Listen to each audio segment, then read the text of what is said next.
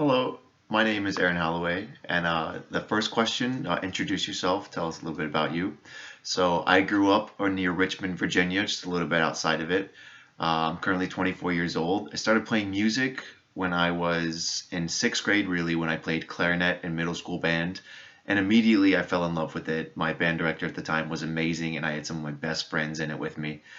I kept that going. I tried to do as many musical activities as I could throughout then, like marching band, show choir, all the musicals that I could do. And then I eventually kept that going into when I majored in music in college. And then I just graduated from VCU in last May with my degree in music education. And I'm currently teaching elementary school music. I'm a big fan of music. I think the three best qualities that describe me are I'm empathetic. I'm very empathetic. I'm adaptive. I'm good in any situation, and I'm really easygoing. At least I like to consider myself that way. So, how did you hear about us? Number two. My roommate currently is someone who worked on a ship before with the BB King Blues Band in that one of those ships, and he told me I should apply for that. But I also found it on Facebook through a couple of people talking about cruise ship jobs. So number three, what excites you the most about potentially being a part of the BB King All Star Band at Sea? So I would love to get to travel and get to play music as my job. That sounds like a dream come true. And I love blues music. I love BB King. As an elementary school music teacher currently, I have a whole unit that I talk about the blues, and then I talk about BB King a lot during that. There's this really good quote from Victor Wooten where he talks about how BB King has been playing the same scale since for years. And he said, but people still love him and chime in to listen. It's like figure out why and then play just like that. It's because he plays with such passion between his playing, and so that's what I like to mimic in my playing. So yeah, I would love to travel and just get to meet new musicians, meet new people all around the world. That sounds like a dream come true. Question number four, what's one skill you would like to improve upon and what's your plan on doing so? So I was mainly a clarinet player in college with a lot of saxophone stuff on the side. That's where I did a lot of theme park stuff on saxophone.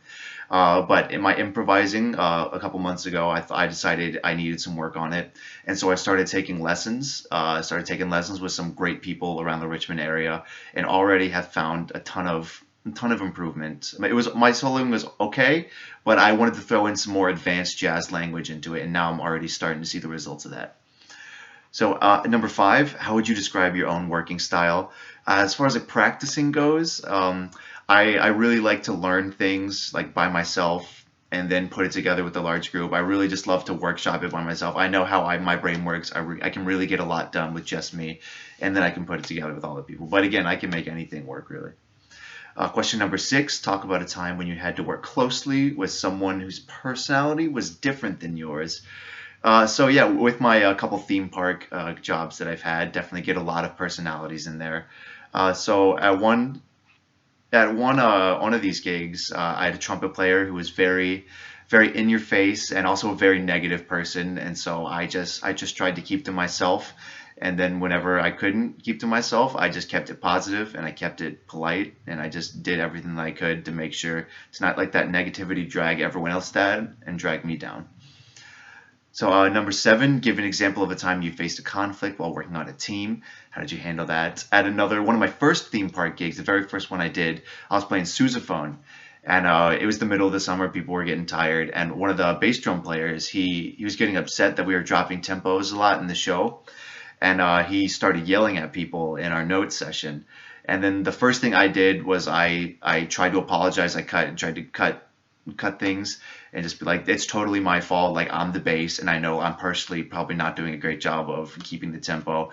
So that's the kind of person I like to be. I like to take all the blame myself if it makes other people feel better. So yeah, I just don't want anyone else to feel uncomfortable. And I'm the kind of person I always think I could be doing better, so I'm totally fine with taking the blame like that. But other people jumped to my side and they said I didn't have to take the blame for that. It was a group thing. But yeah, definitely that was a pretty big conflict, but it ended up turning out okay.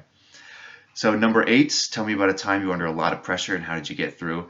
This past year teaching elementary school music, and I was also doing doing a performance gig at Busch Gardens, Williamsburg, playing clarinet in a Mardi Gras band, and it was a lot of time, a lot of effort. I did not have any downtime between driving an hour every single day to get there, and then driving an hour home, then also getting lesson plans done.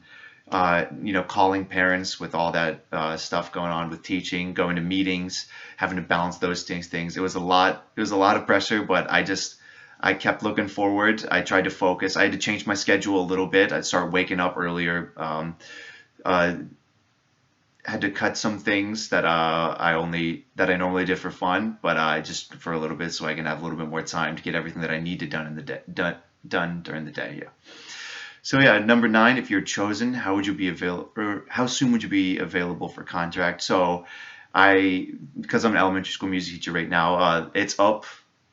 That's the school year's over the like June 3rd, and so preferably like that first week of June, or I could let them know. I could give them advance notice, and I could get out of there a week or two before that too. So towards the end of May, I think is my earliest that I could leave for rehearsals. So yeah, that's just a little bit about me. Hopefully, I'd love to hear back from you guys soon. All right, see ya.